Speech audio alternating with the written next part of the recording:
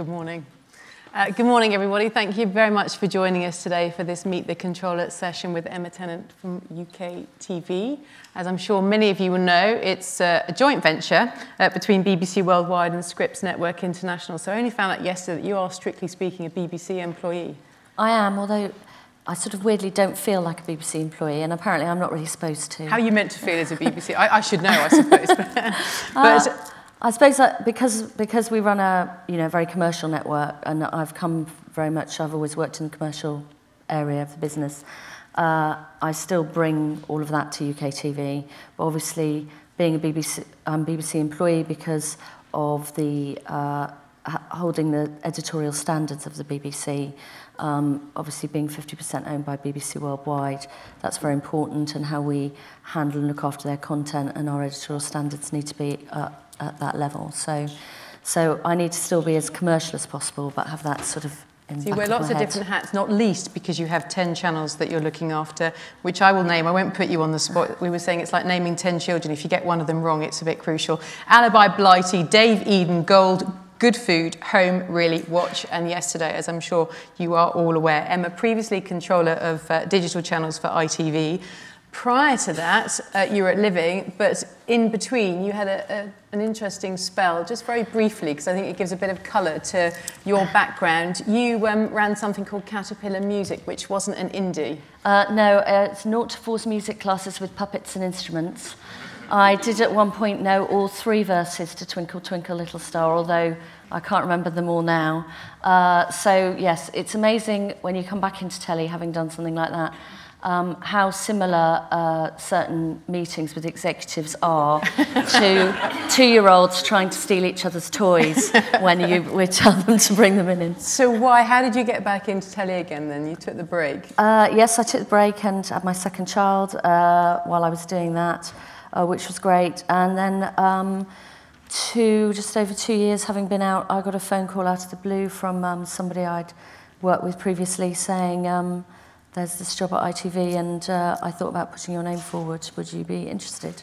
Nice, and, after all that time. Yes. Because we all worry about what happens after maternity leave. So. Yeah, I honestly didn't think I'd be working in telly again. So, and I was very excited and very lucky. Then why leave ITV to come to UKTV? What was it about that appealed? It was a combination of things. I've always liked UKTV. I worked many years ago before UKTV was formed. UK Living and UK Gold worked together, and when I was running or working on UK Living, so I knew Gold from a long time ago.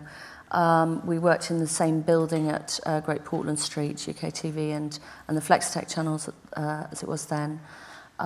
So I knew quite a lot about it. I knew a lot of the people there. I was hoping you were just going to say it was the money. No, it wasn't just the money. But the channels are great, and it's a real challenge to take on 10 channels. Yeah. I thought I could really add something, and it felt like the right time. I'd also been at ITV for 6 years by then, and I think you need to keep challenging yourself. Well, as you say, there are challenges. You've got these 10 channels, some performing well, others not so. So we'll drill down into some of that. Yeah. We'll look at what you have been putting into place. But first, let's start with a look back, because you're only appointed, obviously, you came in September last year. End of September, so I've been there about 10 months now. So we'll take a look back. Are any of these your responsibility, any of these programmes? Not wholly. I don't think I could take full credit. All right, let's take a look back at the past year. It was a great repertoire. When you first arrived, was there any one thing that you thought, I've got to change this, or were you just quite happy to sit and let all of this bed in and continue as it was? No, I mean, I'm very happy with the channels and the range of channels. I think there was some internal things happening when I came, in terms of just restructuring the way we worked slightly, which has meant that the marketing and the media planning and navigation teams all sit within channel teams now, which I think has helped communication and helped us be better. You accept there was a problem before then? I don't know that there was a problem. It was just, how do we make it work better? How do we become more efficient? What, because you've got such disparate channels, or? Not really. It's just about making the communication as best as it can be through each department, so that we're all aiming towards the same things at the same time. And also my view is, in a sense, is to, whilst that's done within the channel teams and under the 4 general managers, is then to take a sort of network perspective across, what's best for the network. So that the structure's changed slightly in the last year since I arrived, but I think all for the better. Really had just launched onto Freeview last August, so it was about continuing to move that into the Freeview space and get its mindset right for Freeview. I think when it first launched into Freeview, the mindset behind the channel was still quite pay and focus, and we needed to broaden that because the Freeview audience is much broader. So we needed to look at that and work closely on that, and that's been really successful. The channel's now up 800%, so I mean, you can't ask for more than that, really.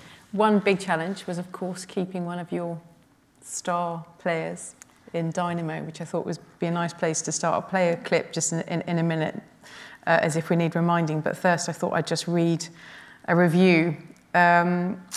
Dynamo, Magician Impossible, this is from Ian Highland in the Mail. It was the most awe-inspiring piece of television of the week, possibly the year. The most gobsmacking thing about it is that it's still on Watch, whose only previous yet notable achievement was finishing off Richard and Judy. You have just... Sorry, it's always going to be a sting in the tail where Ian's concerned, but praise indeed from him in terms of Dynamo. You've kept him for the time being. We've kept him. He's currently filming season 3 for us. No, we're very pleased. Obviously, he's done a fantastic job. The second series was up 16% on the first series. I think the first episode of series 2 reached 4.2 million people, which has shown that we can compete. We can bring in numbers to our channels, alongside terrestrials, really. There was a price to pay. I'll ask you about that, but let's just remind ourselves then of Dynamo in action. Oh, there you go. That's not Dynamo, that's a bit of Mississippi mud pie. That's your hairy biker's bit, okay. Why do you think he's been such a success for you? That kind of speaks volumes. Yeah, I mean, that sort of stunt is incredible, and I think, Magic's moved on, and he's really leading the way in some of that. I think the sort of unassuming nature of the way he sort of does a trick and then disappears into the crowd. That is him, isn't he? It's very understated. That is him, yeah. And it's it's been a great show to do. It's hard work. Richard Watsham is in the audience, has worked very hard with the production company, but he already had a big following in terms of on YouTube and Twitter and stuff, and so that's good. He's brought that with him as well, but we've managed to grow that considerably. And how involved have you been personally then in that keeping him? It was already really in train when I arrived, so I think the discussions were sort of being finalised about how we move forward from series 1 when I arrived. So $500,000 for a 2-series deal, is that right? I couldn't really talk about the figures, I'm afraid. I was going to add reportedly, but I thought you might confirm it. Is it in the ballpark? I couldn't really confirm it, I'm afraid. Were other channels pitching more for him? I'm not sure, actually, but, we're able to... I think one of the things that we have proved, not only with Dynamo, but with other shows like Alcatraz and Grimm and Suits and other commissions that we've done, is that we're able to really support and launch shows really well and bring audiences to them and sort of support talent and shows on the network. Would you commission more Magic shows? And again, I'm very aware, just for the indies in the audience today, I'm very keen that we keep coming back to the theme of really, what are you looking for? So will there be more Magic shows? Are you looking for new talent, new ideas in that genre? We don't need another Dynamo because we've got Dynamo, but we are... For the time being, how long can you keep them? Well, we'll have to wait and see. We've got him for a while yet. But we are looking for more shows that can sort of build on Dynamo and build on that out-of-the-ordinary proposition that Watch has. and make sort of talked about water cooler TV, you know, shows that sort of dare to be different. And, you know, as shows like Dynamo prove, you know, our budgets range from, on lifestyle, they can be, you know, obviously quite tight budgets, quite relatively small, but, you know, shows like Dynamo don't come cheap, and for the right show, we can fund that. You won't tell me by how much, though. It's quite good for people in the audience to know just how much money there is around. No, there's enough. In terms of ratings, you've claimed to be the fastest growing TV network in the UK, following record ratings in the first 6 months of 2012. What is then driving that success? We're lucky that it's a number of things driving it, so it's not just one channel. We've had great success. Obviously, with us, we've got 3 channels in Freeview and 7 in pay. So Dave yesterday and Really are in Freeview. So I've already mentioned Really is up nearly 800%. Yesterday is up 29% year on year, and Dave's up 18% year on year. So the Freeview story is obviously a very good one, but also, you know, in pay, the success of Watch with shows like Dynamo, Alcatraz, Grimm, you know, has been great. Eden in the factual area of the EPG is up 39% year on year. So we're having successes across the network. But there are variations you'd accept with, I mean, Gold and Blighty. It's fair to say they're struggling. Blighty's monthly share less than 0.1%. Blighty's share is lower than the others. It's one of the smaller niche channels that we have, and it's down in the factual area of the EPG. So why keep it?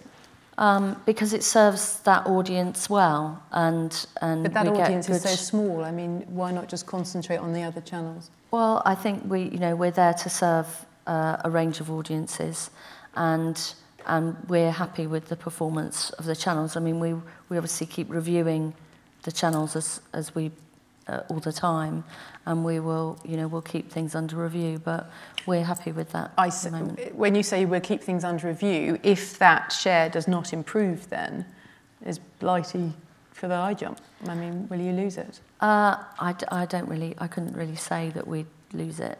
It's but you can still justify keeping it. We can justify keeping it. Okay. I'm just going to check. I forgot to remind you, but I'm sure you know by now, do tweet as you feel, as you see fit throughout, and I'll keep an eye. I might come back to the ratings, but I want to come on to the rebrandings. We did touch upon it a little earlier. You clearly have high hopes for your channels. I think, actually, I'm going to bring in the clip here because this perhaps demonstrates it more than most. This is the Dave Doomsday advert. So let's just take a look at that before we get into this. I think it's fair to say Dave people know Dave. People know Dave, yes. Yeah, which is great for you, and you obviously have high hopes. But the other channels, and I've been just doing a very non-scientific survey while I've been here, a lot of Indians saying to me, we don't know actually still what the other channels stand for. You give me Alibi and I'm like, what's on it? This is the feedback that I've been getting. So is that why you've been rebranding in the way that you have? I think there's various, obviously, a lot of the rebrands happened about 3 years ago.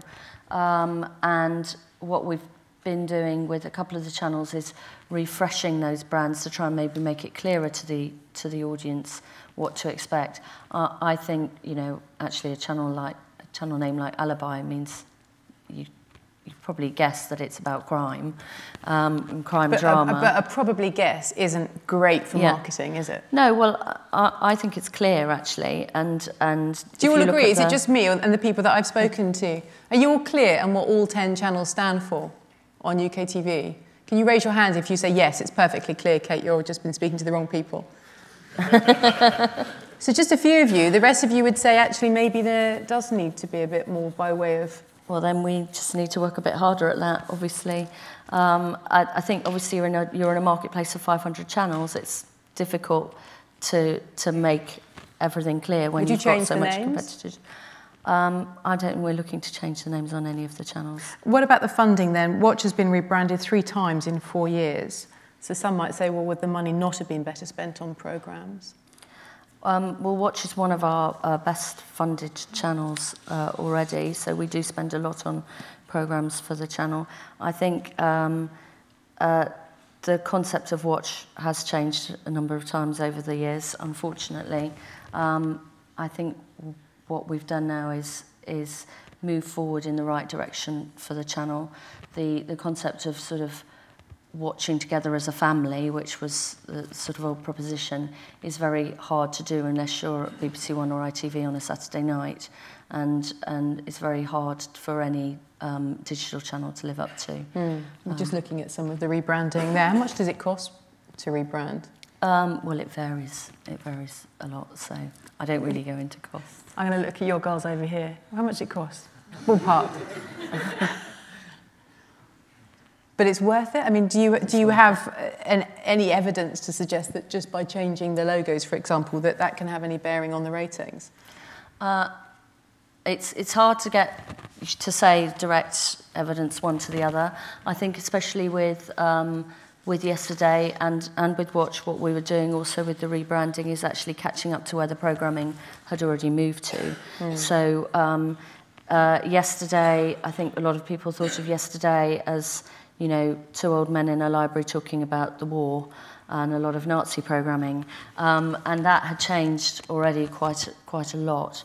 And the new proposition of entertainment inspired by history is actually catching up with where the programming had already led us. So shows like Museum Secrets, Britain's Greatest Ghosts, and Mafia's Greatest Hits are already, you know, hit a big successes for us, and we're dealing with a history in a new and exciting ways, telling stories in new ways, and we needed to bring the brand along with that, and so we were sort of catching up with where we'd already got. And of course it's crucial for the audience, but also crucial for the indies who want to pitch to you to know exactly where. Now, and I'll stress this is in the past, because in the past the indie community voted UKTV as the worst broadcaster to pitch to and produce programmes for. Now that was a few years ago. Yeah.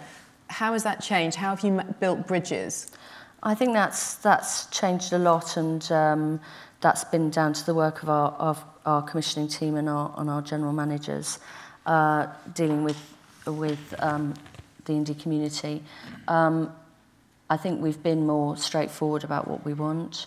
Also now we aim to respond to all pitches within 4 weeks.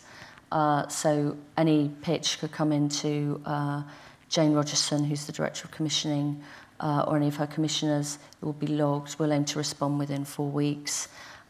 If something looks like it has potential, it'll be discussed internally with the general managers. We run a 2-tick system, so it needs to be commissioning and the channels that approve it, and then we'll work with the indies to help develop that and get it onto screen. And I think, and a quote from last year's broadcast interview said that we really support our producers and are very clear about what we want. So I think that's so you're happy changed going a lot. forward. If you could give us a pen portrait, really, then of Watch, let's take, so that the indie community here will have a better idea of who they're commissioning, who you're commissioning for. Yeah, so Watch obviously is still quite gender neutral, so aimed at both male and female, 16 to 44s. So we're looking to, obviously, as I said, sort of expand on what the success that we've had with Dynamo, but we're not just looking in the area of magic.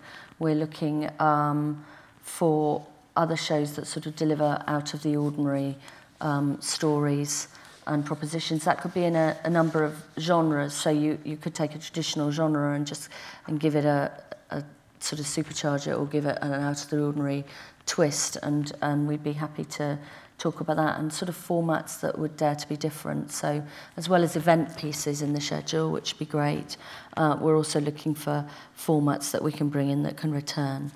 Okay. All right, tell us about this show. I think I've got a quote from Dara himself saying, "The show's a weird punt," which I wasn't sure was some sort of euphemism, but he said, "I've no idea if this is Dara's folly," and people will go, "What the..." Tell us about it if people haven't seen it, and why you commissioned it. So it's a show about maths, which, you know, who'd have thought a show about maths could get over 1 million viewers in its first week. So we were really excited by it. Matt, Dara is passionate about maths. He's a maths graduate. And we wanted to sort of broaden the remit on Dave, so stretch at the boundaries of Home of Witty Banter and find other shows that still sort of deliver on that proposition but take you into new areas. And how's it doing? It did really well, yes, it's done very well for us, so we were really pleased with it. Dara, I think, tweeted on the night it went out saying, you know, so who would have thought that Dave viewers like maths, and it seems that they do. And him, I think, yes. probably. Is so, it? Yeah. Do you think no. other channels like BBC Two would have turned that down?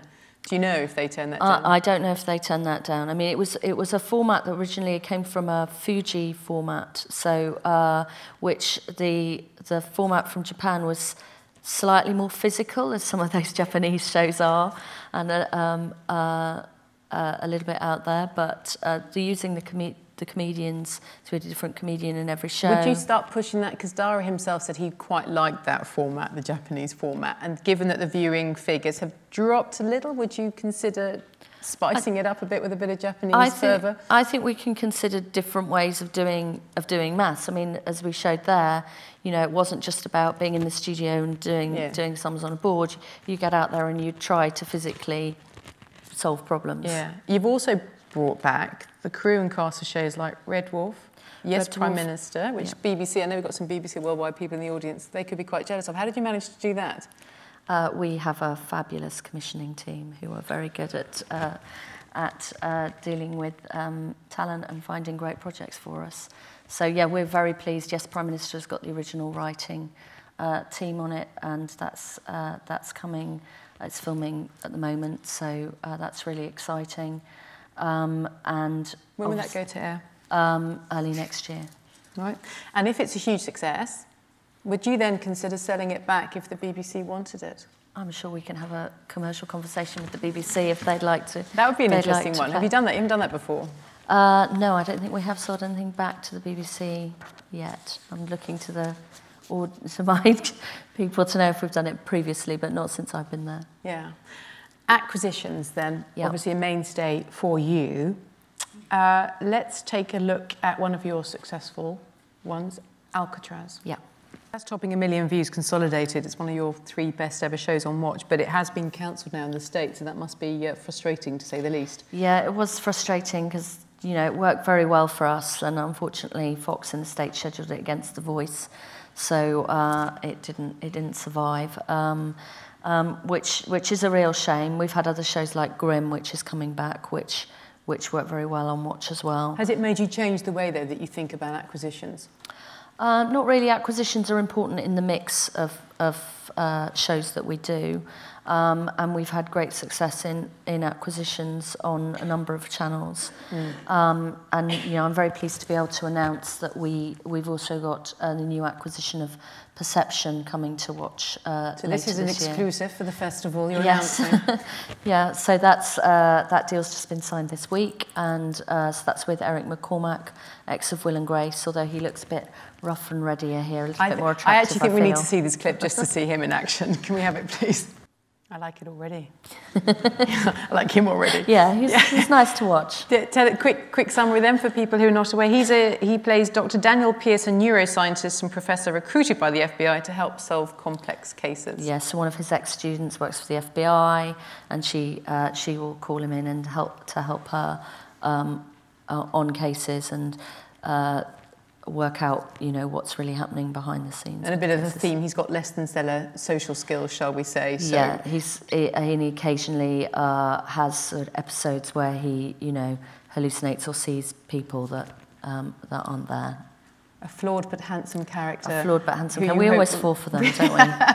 Who you hope will do very well for you. And that series, I understand, has just been renewed in the US, so unlike Alcatraz, then you're on a bit of... Yeah, we know there's 2 seasons of that coming through. It's TNT's second biggest show launch, so you know we're very pleased to have secured that. Now I know you're cagey about give me any figures today, but I'll ask the question anyway. You can give me a percentage perhaps, just as an understanding how much or what's the percentage of money that's spent on original commissions as opposed to the acquisitions and imports? I haven't, to be perfectly honest, I haven't got that percentage in my head or with me. So, if you had the balance in your head, are you? I mean, obviously these are great success for you, yep. these shows, but I presume, again, thinking about who we have here today, those original commissions you would like more of. Yes, definitely, because original commissions are what allow you to really define the channel and something that's, you know, you've made bespoke to you and the tone of voice of that particular channel. So that, you know, we are looking to do more of that on channels where we can. We can't commission on all of our channels. So, you know, we commission on Dave, we commission on Watch, commission on Good Food and Home, and we're commissioning quite a lot on Gold in comedy. With Yesterday, we've done more co-productions or pre-sale deals, so we might put money into shows that where we have UK exclusive rights, but we wouldn't necessarily be fully funding shows. Where there are opportunities that come up to do something smart on channels we say don't normally commission on, but the right deal comes along, then we'll do it. So with Eden, we're commissioning a brand new David Attenborough series for later this year, early next year, which is exclusive to us, Attenborough's Natural Curiosities, can't say that today. How did you get him? We've obviously worked with him before. We show a lot of the content on Eden anyway. We did some work with him last year in terms of online stuff, and the producers who work with him brought us an idea that we could manage to do within our budgets and work for us. So. Lovely. I mean, he's a much loved and well-established talent. Yep. What are you doing to nurture and find new talent? Well, we always look for new talent to use in shows. On Home, we've got a new show coming up with a chap called Kerr Drummond, who's one of the sort of kitchen experts that we've discovered. And you know, you go through a lot of tapes looking for the right people and trying to match them with other talent that work. Dave's One Night Stand is a series that's now in its 4th season and has established comic names, but also has other acts that are up and coming. And then you've got Mississippi with the Hairy Bikers as well. Yeah, we've been, again, that's working with the BBC with their talent deal. We've been able to get access to the Hairy Bikers to do an exclusive series for UKTV, so one we, again, might be able to sell back to the BBC at some point. Yeah, keep looking over that way. Where's the BBC Worldwide chap? All right, let's talk about repeats now, or repeats. Do you think... Oh, actually, quick question, because I was just looking at that clip. What about if you named one of your channels foreign? Because, I mean, I love it. You know you're going to get some quality, American imports. Would you ever consider just having a foreign channel so that people knew what they were buying into there? Well, I think foreign's probably a bit too broad, because you can have anything there. Fab American imports. Yeah, fab American imports. Perhaps it may be an idea for the future, but not for now. Do you think you will ever escape the reputation as the home for repeated programmes?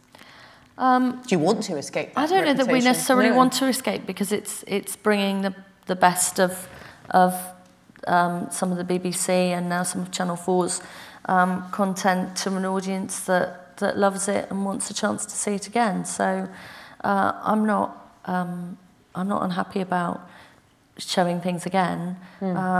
And obviously the audience isn't unhappy either, because they're coming to watch it. Is the deal with BBC Worldwide, is that sort of renegotiated quite, a lot? It's and then you've got 15 more years to go. Yeah, it's a 30-year deal, but it's sort of renewed, if you like, every 3 years. But actually, it's much more complicated than even I had thought about before I came, and we're probably negotiating something on it every single day of the week. So how much more content can you expect to get?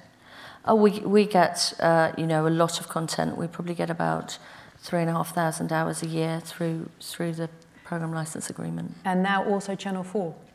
And Channel 4, we've done a deal for a lot of their fashion and lifestyle content, which is coming to our lifestyle channels, starting to filter through now. So that's fantastic for us because it means we're bringing not just the best of the BBC, but the best of Channel 4 as well, and really helps build the lifestyle proposition. I noticed on Saturday night on BBC Two, I think it was Dad's Army, got the peak time viewing for BBC Two on Saturday. Obviously, they are now going to be repeating a lot more programming. So how's that going to impact on UKTV? Because that's surely quite a big potential threat. Yeah, we have. I've already, met with the head of daytime, and we're having conversations about what the BBC's plans are and how we can work collaboratively with them. Are you confident you can, judging? Yes, I'm confident we can. And also, our channels are quite distinct. People come to home because they want to watch a home programme, come to food because they're interested in good food programming. We take that programming and package it up in different ways that are easy for the audience to find, partly because of the channel branding and for discoverability. So I think there's ways that we can work together to make it work for both of us. Okay, moving on to comedy. Russell Howard joked in an interview with The Guardian that the biggest threat to comedy, ties in with the previous questions really, the biggest threat to comedy in this country is the channel Dave because of the endless repeats. Do you agree with him? No, he later apologised for that as well. No, I don't think it is. In fact, actually, I think channels like Dave and Gold can build comedy brands much better. A new series on BBC One or BBC Two, they run 6 half hours and they run it once, and it might be 18 months before the next series comes along. Series 2 of that comes along, they may be able to repeat that once in between, but trying to get an audience and grow that audience for that show when you've literally had 3 hours window to get the audience to see it is hard. We can help build that audience and bring new people in, so that when the new series does come out on the BBC, then hopefully we're bringing new people who haven't seen Series 1 on BBC, but they maybe seen it on Dave or Gold, and are looking forward to seeing the brand new show on BBC. Sky have made a huge commitment to new comedy. You yourselves have committed to double-digit millions to the genre on Gold. Why do you think there's been a shift back towards comedy commissioning in the past 18 months? It's something that obviously people love, and it gets, people feel very warm about comedy talents been cutting through on the BBC very well and on other networks. It's very hard to do, and so, but Gold for us obviously is already a comedy network. That's what it's about. Could you break new scripted comedy? Yes, I think we could, and we're looking at that, as well as doing things like reinventing the comic strip. So 30 years since the comic strip premiered this autumn, so Five Go Mad in Dorset, we've got all the original cast plus more in Five Go to Rehab. We've got Yes Prime Minister coming with the original writers, producing 6 new episodes. Obviously Red Dwarf on Dave with the original cast, and looking at things like Morecambe and Wise, so Bring Me Morecambe and Wise, which has some unseen footage as well as repackaging some of the old footage and interviews with their wives and people that work with them. But we are looking at other things as well for next year that do more than look at old brands, and so there is the opportunity for. I've just been told in my ear, this doesn't seem to be updated, but I gather we have a question on Twitter about working with new suppliers. Does the person who asked that just want to qualify? Have we got a microphone just to run up while I'm just talking to Emma, just to understand what's behind that that question? Would you just run up to the gentleman up here? If you just want to give your name and just... Hi, Jason Mitchell from The Connected Set. We've not worked with UKTV before, and I just wanted to ask what's the best way to approach you? Are your briefs online? How do you like to work with new suppliers? So, as I said, the best way in terms of commissioning ideas is to probably send an email initially to myself and Jane Rogerson, who's the Director of Commissioning. We have weekly meetings, and her team have weekly meetings with the channel heads. So any ideas will get reviewed in those. We'll try and respond very quickly, and then we'll, if we want to develop something further, we'll get you into come down to Hammersmith, and we'll discuss them and expand on them. Okay. Any other questions while we're here? Is that gentleman up the back? Do you want to just pop a little microphone over there? And I'll just quickly talk about... Have we got a microphone quickly? Yeah. Go on, we'll take it. Quite nice and animated. It's all right. How you doing? I'm Alex from Broadcast Magazine. Can you tell me about the... we haven't really seen much impact of Scripps since they took a 50% share in the business from Virgin. And I just wondered what the opportunities, or what practically was happening from a programme making or collaborative or funding point of view that you might be able to let us know was happening or certainly was planned. Lovely question. That was my next one, actually. So glad you... That's fine. I'm glad you asked it, yeah. Well, Scripps obviously just came on board about the same time as I did, actually, in October. So they've generally just been supporting us in our plans and investing in programming and developing the channels. That we haven't sort of got more involved than that at present but they've been a very supportive shareholder. Obviously, I think, you know, Virgin for the last few years wasn't really interested in developing or any channels anymore. So it's great to have a shareholder on board that is interested in content investment and has also understands the sort of challenges that we face because they run channels themselves. Well, they do. They own Food Network, don't they? Yes. You, of course, have Good Food. Is there room then for those two food channels, as it were? Yeah, there's definitely room for more than one food channel in the UK, just like there's room for more than one entertainment channel in the UK, more than one home channel or factual channel. Yeah. You know, there's lots more of than enough appetite to go out around. there. Yeah. What are you going to do together then, just following on from that's going to make good business sense?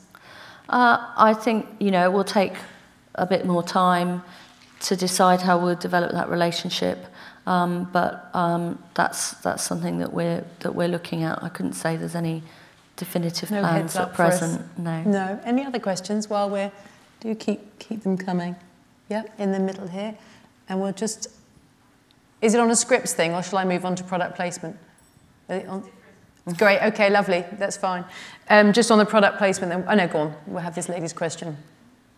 Thank you. It's Lara from Marketing Week magazine. I just wanted to ask if there's still a value in the UKTV brand anymore, or whether it's more of a kind of corporate entity in which your channel brands kind of take precedent, like a kind of Unilever or something. I think it is more of a corporate entity, but there is value in it. And we've recently done a survey with a number of our suppliers and platforms and sort of business-to-business survey, and there was a lot of really great feedback about UKTV as a brand. I do think a lot of people, from a viewer's perspective, you know, they just see the channels and they don't necessarily link them, and whether we need to think about that's something that we need to think about, you know, moving forward. But given your expertise, what would you say? It's tricky, really, because you see a few kind of corporate brands coming kind of back into the fore over the last few months. So you think kind of like P&G have kind of brought themselves forward, and you wonder kind of what the value is in that, because I guess when it comes to being a broadcaster, every single one of your programmes is a brand. So whether it's difficult whether it matters to the viewer, whether that's a UKTV product or whether it's just a damn good show. I think each show does need to stand on its own as well, and channels, but there is also strength in association that you can build, and also perhaps that sometimes it makes sense, a bit more sense to the viewers sometimes if they understand the connections between the channels, especially when you're directing them around a network. But you know, that's something for us to look at as we continue. Any other questions? Lady down the front. That's okay, don't worry.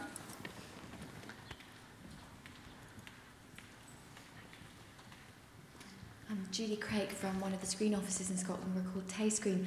I just wondered if there's any plans or thoughts about reflecting regional diversity with the obviously your brand UKTV, you know, might Scotland and say Wales be featured? Well, I mean, we commission from indies all over the UK, and definitely we're not London centric in that sense. It would just very much depend on the programme whether that would need to be reflecting, and for the channel whether it needs to reflect regionality. As I say, UKTV is sort of more the corporate brand rather than the channel brand. So obviously every show needs to be right for that particular channel. So I couldn't really say if it was, you know, a definite policy. No Tartan channel yet. We're all making up channels of our own now, aren't we? Was there one at the back here? Hello, yeah, I was just interested in scripted originations. Obviously, you've talked about comedy and that, as well as the branded stuff that you're bringing back. You're also looking at original projects, but obviously you do have an audience that's also interested in drama and watching quality drama. So I wondered if there were any plans, or if there's any room for developing your own drama projects. I think drama's obviously quite hard for us in terms of budget-wise. On the channel that it would sit most comfortably on is a channel like Alibi, which features a lot of crime drama. We have had some discussions in the past about becoming involved in some pre-sale and co-production deals on Alibi. Nothing's quite come to fruition yet, but that's something that we are open to for the right projects. And yeah, it is an area that we try to cater for where we can on the channels, but it's not something that we could fully fund at this moment. In terms of monetarising content, I wanted to ask you what you thought of the McTaggart lecture yesterday. Liz Murdoch talking about more collaboration needed to give feedback on data and so on. What were your thoughts on? Yeah, I think she's right. We do need to get closer to our audiences, think about how our audiences are devouring content and the way that they choose and select it, and also respond to it. We're currently on a number of VOD services, so TalkTalk, BT and Sky Anytime Plus. I would be grateful if Sky would give us more information about how our shows are performing on Sky Anytime Plus, so we can help tailor that better. But fundamentally, we don't get that from Sky, so it's interesting for her to be talking about sharing that sort of information. I'm looking diplomatically put, but I think we all get the point. Interesting. Oh well, maybe you'll see more of that. Hopefully we will, because what it allows us to do, which I think was her point, is to then tailor what we offer better to the audiences, so it delivers better to audiences and everybody gets a better deal. You know, that's what we want to do, and I'm sure that's what they want to do. So, you know, I think to her point, that would be a good thing. Yeah. Quick one on product placement then, because obviously that's an important area. Yesterday's Find My Past series with Friends Reunited owner Bright Solid, one of the first shows to take advantage of product placement. That won a Broadcast Digital Award for Best Content Partnership. Second series ordered. So is that something you're hoping to do more of? Yes, that's something that UKTV have done quite a lot of in the past, more in the lifestyle area. But Find My Past was the first product placement factual series in the UK, and it worked very well for us, both in terms of the audiences that we brought to it, but also in terms of the relationship with the advertiser. We work very collaboratively with advertisers and production companies to try and find the right projects that work for us all. Again, something that, you know, Liz probably referred to in her speech yesterday. So, you know, trying to find the right projects that work for all those is hard to make everybody happy. Everybody has slightly different agendas, but you know, we're very proud of Find My Past, and that's coming back later this year as well. All right, well, let's look at what else is coming back later this year with a look ahead on UKTV. Your thoughts as you look at that? I'm very proud of it. I think You know, as I said before in the first tape, you know, there's such a fantastic range of programming. It was one of the reasons I wanted to come to UKTV, you know, to be able to work across that diverse range of product and channels is great. So where do you imagine, if you're sitting here next year, where do you imagine UKTV will be, and any other improvements that you'd like to make? Still growing, and hopefully, you know, with some more new shows, more commissions that we've done that can be returning, some more returning formats that, you know, we'd like to see coming across the channels, and maybe hopefully some people being a bit clearer about what our channels are about. Any other thoughts, and particularly on that issue as well, that Emma can take away with her today? Any final few questions? Have you asked them? Yes, this gentleman at the front here. Do you feel that there are any channels that you could maybe launch? Is there something missing from the portfolio there? It's something we will continue to look at.